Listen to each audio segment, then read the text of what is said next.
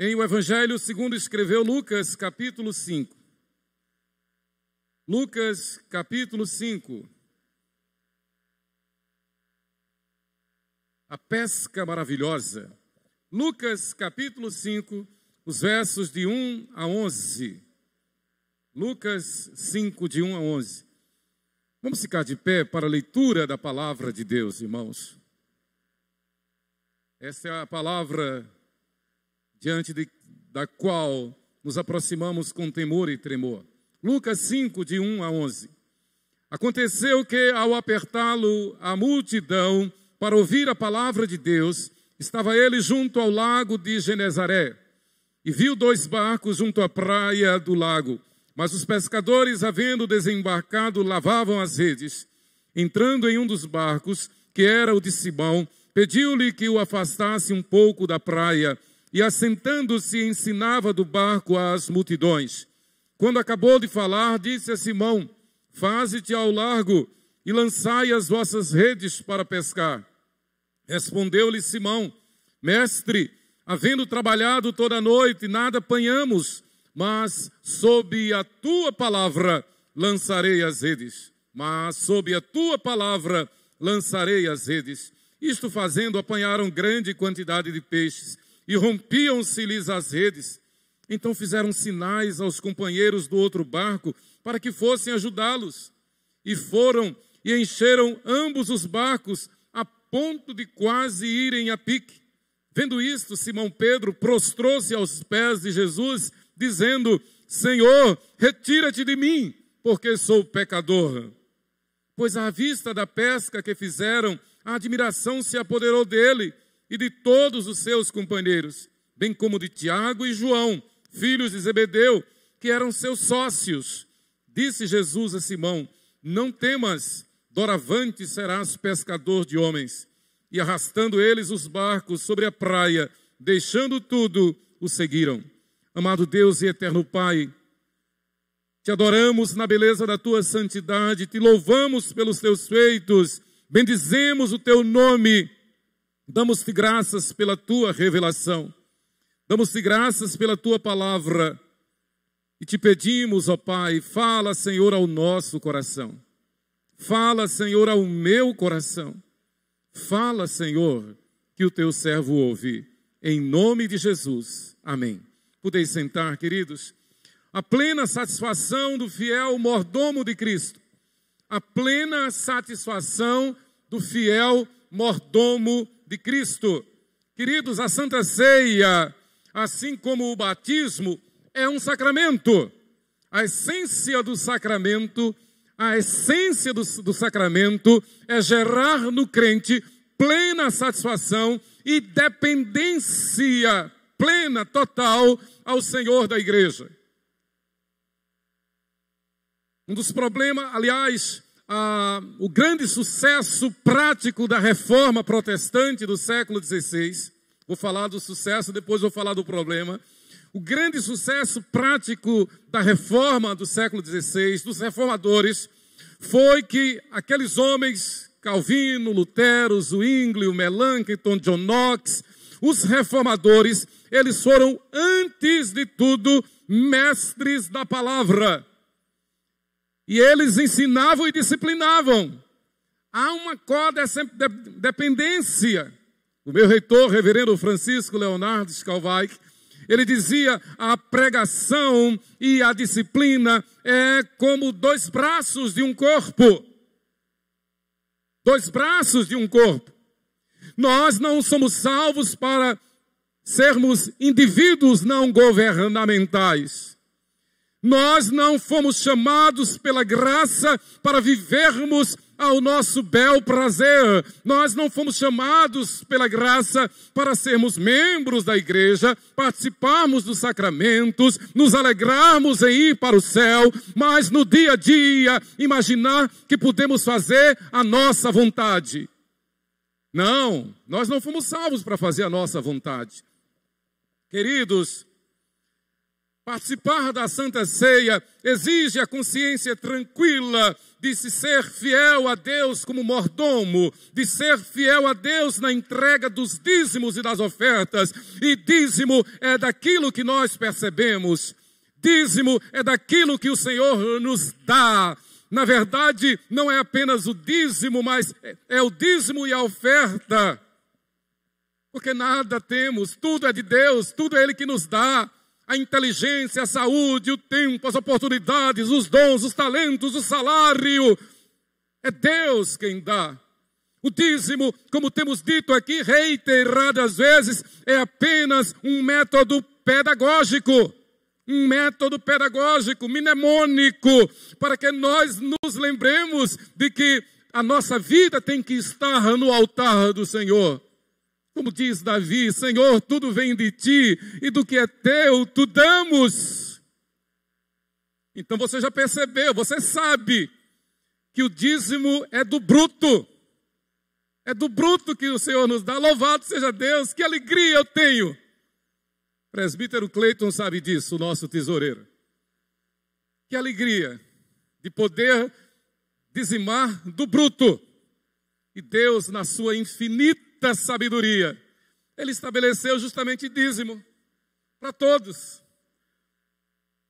E o texto lido no início, na hora do ofertório, lá em Malaquias 3, versículo 10, diz que aquele que não entrega o dízimo é ladrão. E o pior, está roubando de Deus, metendo a mão no bolso de Deus, né? Ladrão. Queridos, participar da Santa Ceia é um privilégio para os fiéis. E a questão é, lembre-se, pregação, sacramento e disciplina, as marcas da igreja neotestamentária. Os reformadores ratificaram isto. Você é um mordomo fiel? Ou você imagina apenas que vai para o céu do seu jeito? Você é um mordomo fiel? A palavra nos chama à fidelidade. Participar da Santa Ceia é privilégio. Pedro, ao ouvir a ordem do Senhor, Pedro era um experiente pescador. O texto diz aqui, ele tinha sócios. João e Tiago eram seus sócios. Era uma empresa. Eles eram experts em pescaria. O ramo de pescaria era o ramo de maior sucesso, mais rentável de então e durante séculos. O que é o agronegócio hoje no Brasil era o ramo da pesca no tempo de Jesus. Pedro era um expert. E eles haviam pescado a noite toda. E não havia peixe naquele lugar. Os peixes sumiram.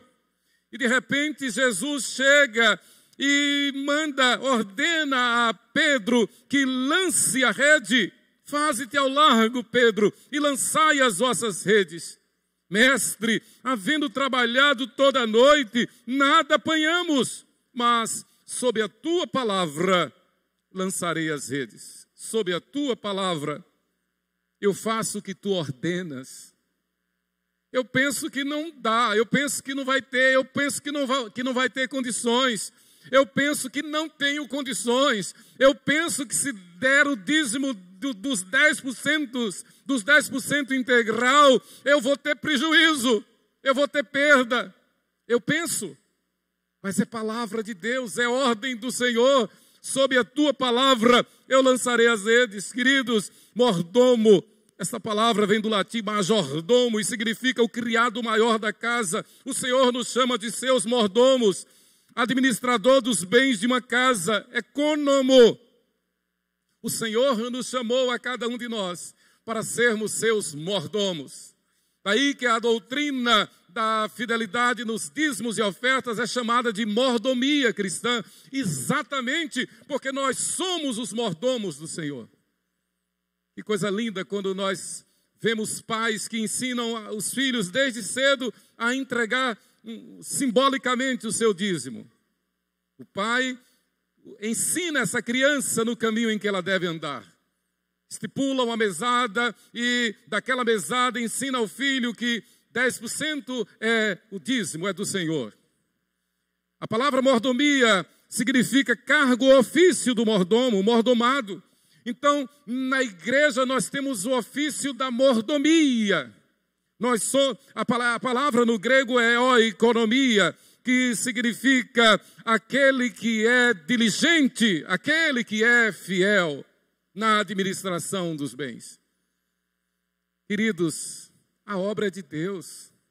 A igreja de Deus. Há pouco estava conversando ali com o nosso tesoureiro, o presbítero Cleiton, e a gente concordando de que o que sustenta a igreja é um milagre. Porque a igreja é sustentada pelos fiéis. E os fiéis são um milagre nas mãos de Deus. É ou não é? A nossa vida é ou não é um milagre? É um milagre. Eu acho que até agora eu estou com dor de cabeça. Até falei para os meninos ali, eu estou com dor de cabeça. Não apenas porque o sapato furou, viu? Mas dor de cabeça. Ontem, encerrando lá as festividades, o jantar do noivado de Raquel. Então Sheila disse: Emanuel, olha, todo cuidado é pouco com essas louças. Nada se quebrou, graça, não perdeu nada. Mas todo cuidado é pouco, porque ela sabe que eu me tremo, ela sabe que às vezes eu me perco. E então, justamente quando eu estava pegando o último cristal para colocar a tampa, aí não sei o que aconteceu, que a tampa voou assim. E eu rodei, fiz pirueta, segurei o outro estava aqui debaixo do braço e consegui pegar. Meu Deus, que susto. Misericórdia. O pior depois era ter que prestar conta diante de Sheila, que tinha dado a ordem, e diante de quem a gente havia pego emprestado. Misericórdia. Pense na dor de cabeça. Por que eu estou contando isto? Porque a nossa vida é assim, é como um cristal de vidro que se quebra quando cai.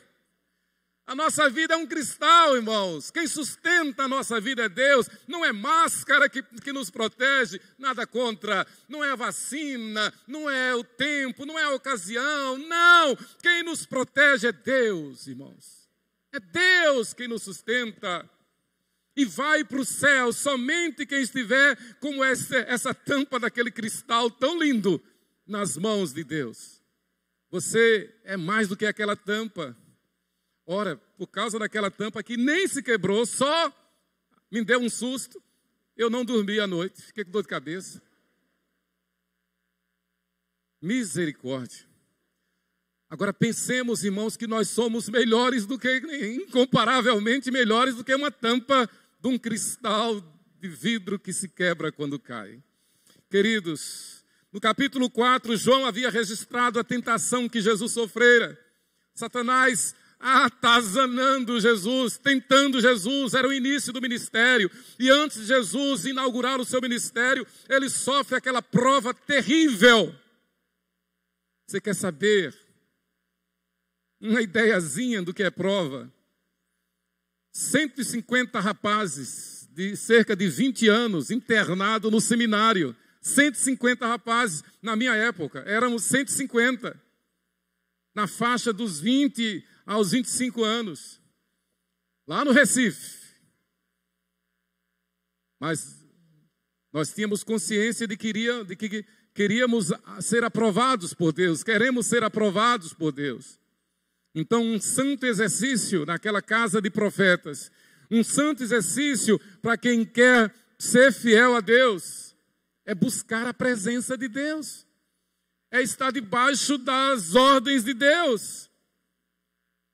Louvado seja Deus por aquele tempo de jejuns e orações. Teve momentos que eu precisei jejuar 1 dia, 2 dias, 3 dias para a glória de Deus. Algumas vezes eu jejuei 3 dias. E algumas vezes eu jejuei, inclusive, de água. Mas foi preciso. Porque nós somos chamados, irmãos, para viver não conforme a nossa vontade, não conforme a nossa carne, mas conforme a vontade de Deus, em santidade e novidade de vida. A nossa vida é um milagre. Jesus é tentado, mas Jesus resiste, e Ele nos ensina a resistir. É porque Jesus resistiu que nós podemos resistir. E aqui então Jesus está no lago de Genezaré. O lago de Genezaré é também chamado de lago de Tenerite ou da Galileia. Quinerete ou da Galileia. Quinerete ou Galileia. É o mesmo lago. Alguns chamam de mar.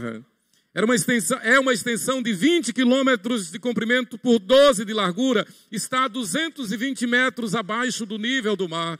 E é um lago, eles chamam de mar também, é um lago muito profundo. Chega a ter 230 metros de profundidade. Já naquela época eram catalogados mais de 22 espécies de peixes. Era realmente o agronegócio da Palestina naquela época. Era a maior fonte de renda de Israel. Dos 33 milagres de Jesus registrados nos evangelhos, pelo menos 18 milagres foram realizados na região do Mar da Galileia. Lugar onde Jesus ofereceu plena satisfação, preste atenção nisso. Lugar onde Jesus ofereceu plena satisfação aos seus mordomos fiéis. Que aprenderam a dar tudo de si para o seu Senhor. Os pescadores, os homens daquele negócio, daquela empresa de pesca, eles se deixam dominar por Jesus. Eles abrem mão dos seus negócios. Eles eram pessoas iguais a nós. Tinham suas casas, seus negócios, suas famílias. Mas Jesus dá uma ordem e eles obedecem. E Jesus não apenas dá a ordem, Jesus dá a ordem e prova que abençoa. É inadmissível, eu não consigo imaginar que alguém queira ir para o céu, que alguém participe da Santa Ceia, que alguém tenha sido batizado, feito sua pública profissão de fé, e não se alegre no Senhor, e não se deleite no Senhor, e não tenha plena satisfação no Senhor, porque quando se tem plena satisfação no Senhor, se é fiel ao Senhor.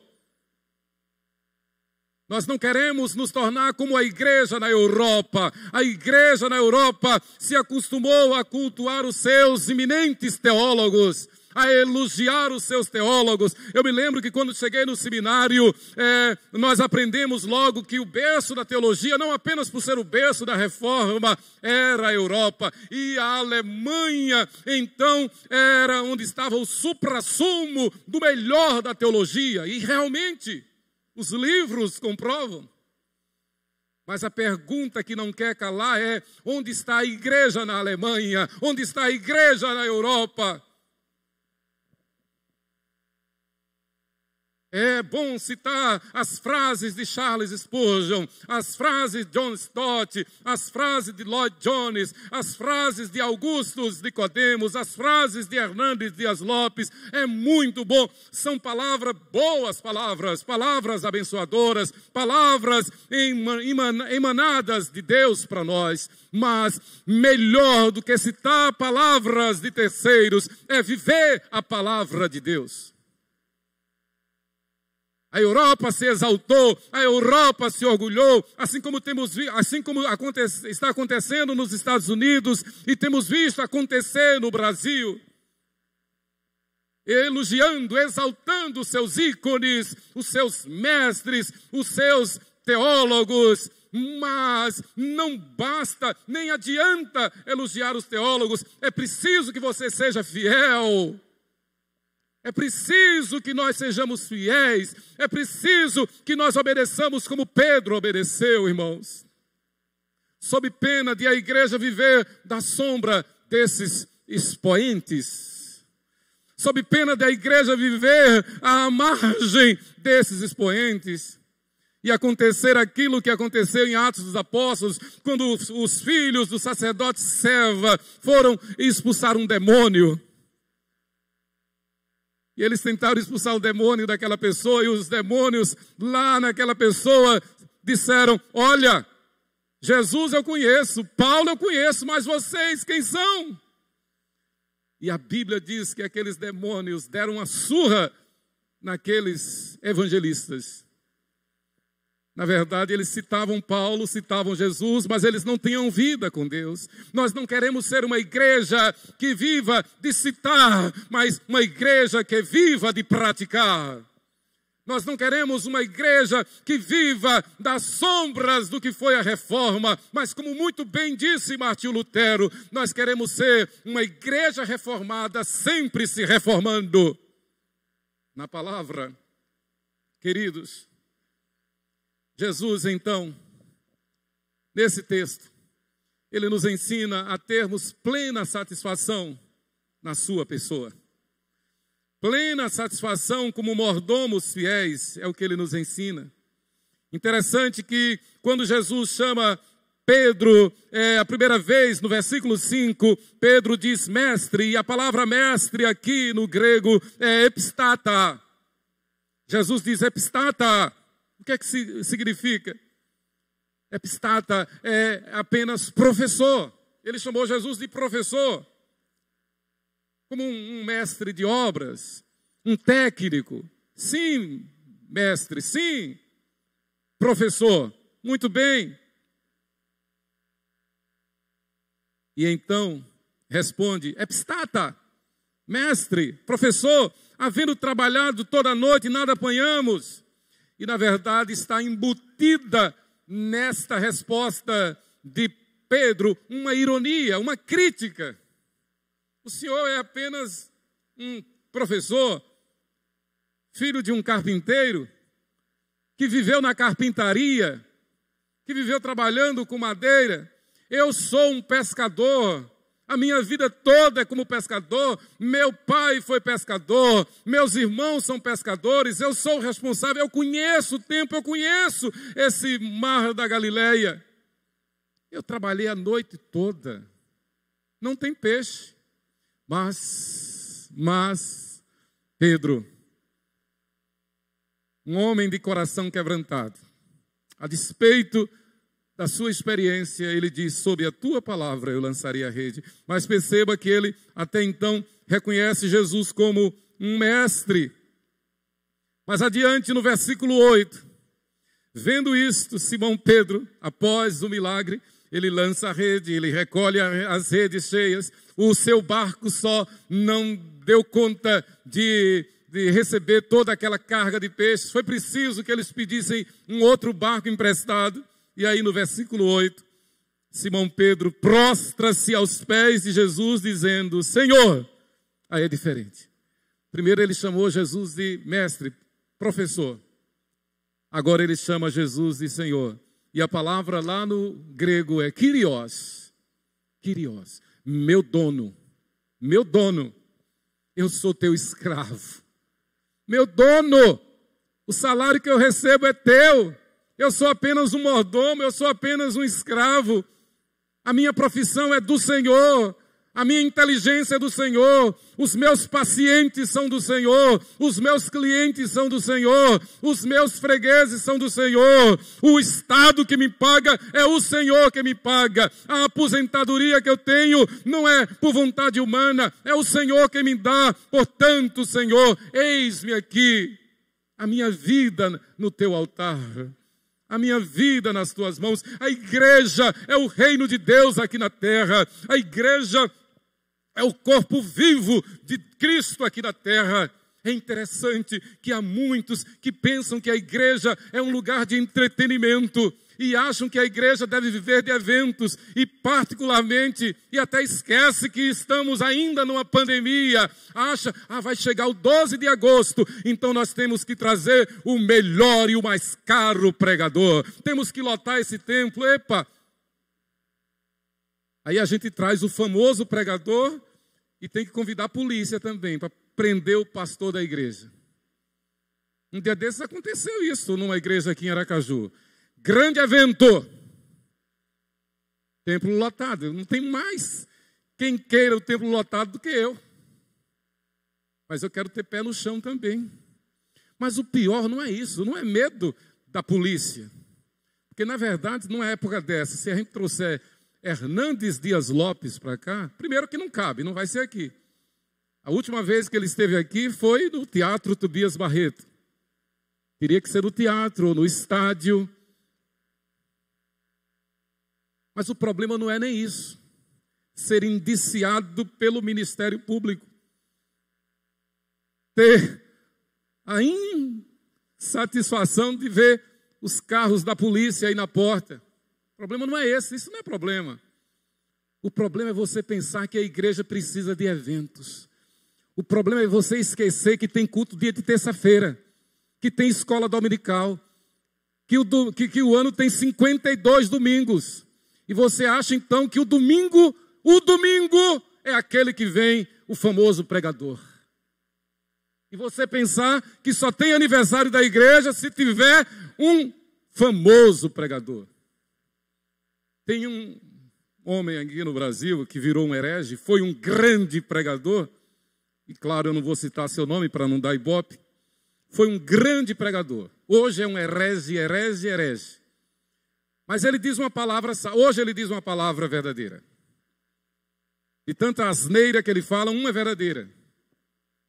Num momento, num fiat, num raio de luz, de lucidez, ele disse: eu tenho consciência do motivo porque eu caí. Eu caí porque eu era idolatrado pelos crentes. Os crentes faziam eventos, os crentes, leia assim, os pastores, as igrejas, os crentes faziam eventos e marcavam com antecedência de 2, 3 anos. A minha agenda, 3 anos na frente, já estava lotada. Ele era famoso, escreveu muitos livros, deu aulas para nós lá no seminário. Hoje é um herege dos hereges. Mas ele diz: eu caí porque eu era idolatrado pelos crentes, pelos membros de igreja. Porque, aí ele acrescenta, porque membro de igreja tem essa dificuldade, tem essa fraqueza de achar que precisa de um santo de carne e osso. O santo da igreja é Jesus Cristo. O santo da igreja é o Espírito Santo. Quem nos enche, quem nos anima, quem nos dá plena satisfação é a palavra do nosso Deus. É a palavra do Senhor. Domingo passado, lá em Ladeirinhas, eu chorei de emoção em 2 visitas que eu fiz. Eu não conhecia ainda 2 irmãos. O pastor Lucas já tinha ido lá. O evangelista disse: o pastor Lucas conhece. Eu disse: mas eu não conheço. 2 irmãos, eles não podem ir ao templo. Lá em Ladeirinhas é tudo longe, tudo distante. A gente tem que mandar um ônibus buscar, porque é roça, né? É roça, então moram distantes. E esses 2 eu não conhecia. E os 2 têm um testemunho lindo. Não dá para contar agora. Mas ambos, eles dizem: nós nos convertemos aqui quando chegamos aqui, através do trabalho da igreja presbiteriana. O que até nós chegarmos aqui, eles estão na faixa dos 80 anos, até nós chegarmos aqui, o que nós conhecíamos dos crentes era o que Frei Damião dizia. E Frei Damião dizia que os crentes viravam bode, tiravam o fígado das crianças e eram comunistas. Olha que ironia. Tem uns que hoje são mesmo. E vão prestar contas diante do Eterno. Mas o que eles sabiam de crentes era isso. Mas quando nós chegamos aqui, o povo dessa congregação, o evangelista Torquato, a família Torquato, eles nos falaram de Jesus. E a nossa vida mudou. Interessante, por isso que eu digo que eu chorei. Me emocionei. Porque o testemunho dos 2 foi idêntico. Os 2 são viúvos, moram sozinhos. Lá na roça, lá no mato. Mas os 2 disseram: nós somos as pessoas mais felizes do mundo. Nós somos as pessoas mais ricas da terra. E quer saber? Foi por causa dessas visitas que eu pensei nessa mensagem para hoje. Plena satisfação. Plena satisfação do fiel mordomo de Cristo. A gente vai lá na roça, pessoa morando sozinha, com dificuldade de andar, dificuldade de se locomover. Uma delas, a senhora Dona Maria do Carmo, eu disse: ela está mais forte. Eu disse, eu vou te buscar. E fui buscá-la e depois do culto fui levá-la ainda lá no meio do mato. Eu vou te buscar. Eu tenho plena satisfação, eles disseram, porque aqui nesse lugar nós conhecemos Jesus. E que coisa linda. Eu estava com o evangelista. E no carro, ela disse, olha, eu não posso ir lá na frente e colocar lá no gasofilácio. Ela não falou gasofilácio. Eu não posso ir lá entregar, mas tome aqui o meu dízimo, coloque lá. Plena satisfação do fiel mordomo de Cristo, irmãos. Pedro lança a rede. Pedro, num momento, discordou, claro. Pedro deixou subentendido que não concordava com aquela palavra de Jesus. Mas Pedro nos diz essa pérola que nós devemos dizer diuturnamente: sob a tua palavra lançarei as redes. Eu não estou aceitando muito não, não estou gostando muito não. Eu queria que as conferências de aniversário da igreja fossem como sempre, sem pandemia, sem coronavírus, sem máscara na cara. Claro, quem não queria isto? Eu queria que fosse com o pregador mais famoso.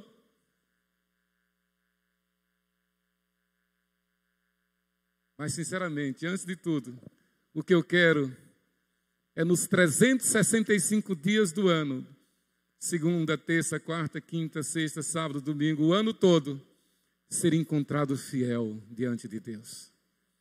A Bíblia diz: o que se requer dos mordomos, dos dispenseiros, é que cada um deles seja encontrado fiel. O que Deus quer da igreja é que a igreja seja fiel.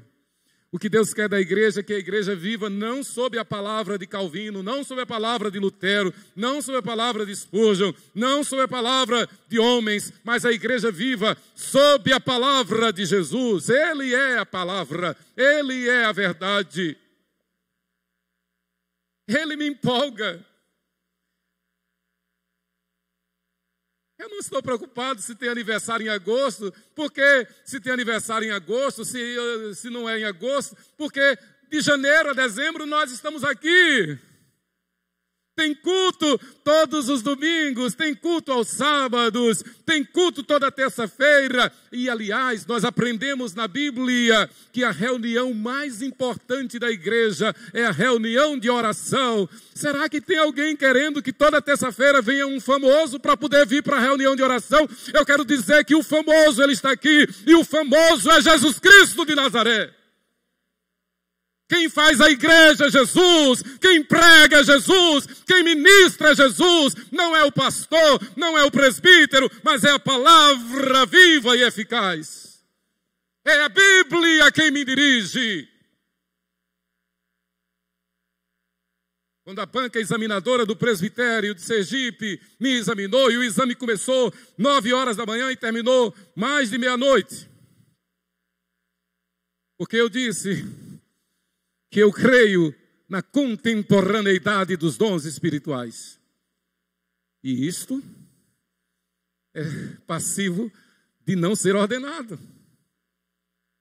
Mas lá para meia-noite, o Espírito Santo me deu um insight.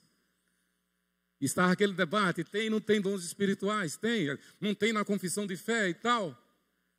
Eu disse, olha, mas a confissão de fé diz que a Bíblia sagrada é a minha única regra de fé e de prática. A Bíblia diz que Jesus Cristo, o Senhor da igreja, a cabeça da igreja, é o mesmo ontem e hoje e o será para todo sempre. A Bíblia diz que diante de Deus um dia é como 1000 anos é como um dia. Deus não caduca, a palavra não caduca, a palavra é viva e eficaz. Ela é lâmpada para os meus pés, ela é luz para os meus caminhos. E quer saber? Deus me salvou para ser templo do Espírito Santo. E o Espírito Santo habita no crente, o Espírito Santo habita na igreja. E agindo Deus, quem o impedirá? Não teve jeito. Já estou no 36º ano de pastorado pela misericórdia de Deus. Queridos, eu quero terminar. A plena satisfação do fiel mordomo de Cristo está em primeiro lugar. Que ao mordomo fiel, Jesus lhe diz, não temas. Não temas. Fazei prova de mim, diz o Senhor. Por favor, não sonegue. Por favor, eu que estou dizendo. Deus está dizendo no imperativo. Não faça. Não faça isso. Eu que estou dizendo, por favor.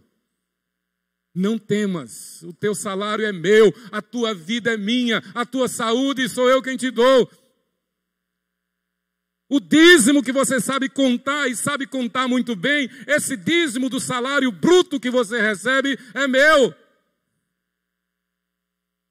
Eu não preciso de ti, eu não preciso do teu dízimo, eu não preciso de tua oferta, eu não preciso. Agora, lamentável, alguém que tem o salário X e passa a vida toda dando uma oferta X menos tanto, o X dividido por tanto.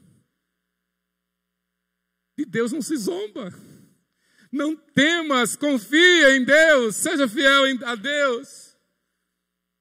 Quando Deus chamou Abraão, foi que Deus disse a Abraão, Abraão, anda na minha presença e ser perfeito.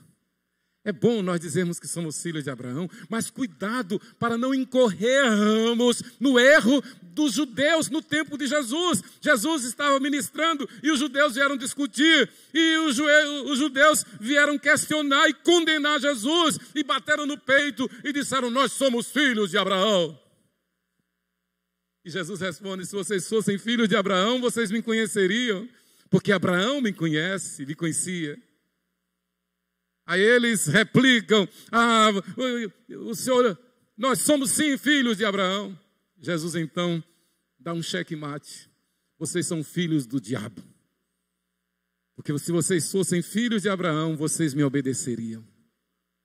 Queridos, quando Deus chamou Abraão, disse, Abraão, anda na minha presença e ser perfeito. Os verdadeiros filhos na fé de Abraão, Abraão é o nosso pai na fé. Os verdadeiros filhos de Abraão, os filhos da fé de Abraão, andam na presença de Deus de forma perfeita. Não sonegam, não brincam, não negociam, não discutem com Deus. A Bíblia falou, está falado. Em segundo lugar, a plena satisfação do fiel mordomo de Cristo está em que, ao mordomo fiel, Jesus ordena, serás pescador de homens. Seja qual for a tua função, seja qual for a tua profissão, seja qual for a tua atividade, seja qual for, o Senhor nos chamou para sermos pescadores de homens. Ganhar almas para Ele, ganhar almas para o seu reino, evangelizar. Uma das experiências mais lindas na vida do pastor é ver o crente crescendo na graça e no conhecimento do Senhor. Nós estamos com a classe de catecúmenos, com um grupo de adolescentes aqui da igreja. E eu estava compartilhando com Sheila durante a viagem. Meu amor, que coisa linda ver os adolescentes orando e dizendo na oração, Senhor, que a beleza de Cristo seja vista em mim. Que a beleza de Cristo seja vista em mim. Que as pessoas vejam Cristo na minha vida. O adolescente da classe de catecúmenos orando de acordo com a Bíblia, mas principalmente orando porque entende a palavra de Deus. Serás pescador de homens, que a beleza de Cristo seja vista em nós, que por nosso intermédio vidas sejam libertadas. Interessante, irmãos, quando Jesus diz, doravante serás pescador de homens, a palavra pescar aqui, o verbo pescar aqui é zogreô,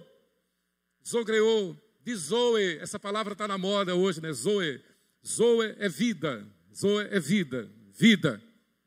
Zogreô é pescar para a vida. Então não é pescar para vender o peixe, não é pescar para matar o peixe, é pescar para dar uma vida nova àquele peixe. Nós estamos aqui com o presbítero Bado de Itabuna, e eu me lembro que a conversão de Bado foi num acampamento de jovens, num Pesque Pague. A gente fez o acampamento dos jovens naquele Pesque Pague, um lugar lindo, lindo, muito bonito, e a gente pescava e devolvia o peixe. Zogreou significa pescar para uma vida nova. Melhor do que pescar e devolver, pescar e tirar o peixe e fazer do peixe algo inusitado. Na verdade, Jesus está se referindo aos homens. Fale do Evangelho para os homens que estão mortos nos seus delitos e pecados. Fale para o Evangelho para esses que estão caminhando a passos largos para o inferno. Pregue o Evangelho no poder do Espírito Santo. Eles vão se converter. Vocês vão tirá-los do império das trevas e trazê-los para a vida, para a minha maravilhosa luz, diz Jesus. Zogreô. Doravante serás um zogreô. Quem pesca para a vida. Tira da morte para a vida, como igreja. Ah, pastor, mas eu não tenho tempo. Mas Deus abençoa você na tua fidelidade. Todo dízimo que você entrega, toda oferta que você entrega, está corroborando, contribuindo para o progresso do Evangelho, para a expansão da igreja. É ruim a gente ver o mundo malhando a igreja, condenando a igreja, o mundo tentando destruir a família, o mundo pervertendo as crianças, o mundo promovendo o assassinato de crianças no aborto. É terrível nós vermos a educação ensinando contra Deus. A igreja pode ter um colégio confessional. Aliás, nós vamos orar daqui a pouco pelo pastor Jorge Linhares, do Colégio Batista Getsemane, em Belo Horizonte. Amanhã, dia 2, ele vai comparecer ao Ministério Público, simplesmente porque ele disse que Deus fez o macho e a fêmea, Deus fez o homem e a mulher, em contrapartida àquela propaganda daquela rede de fast foods.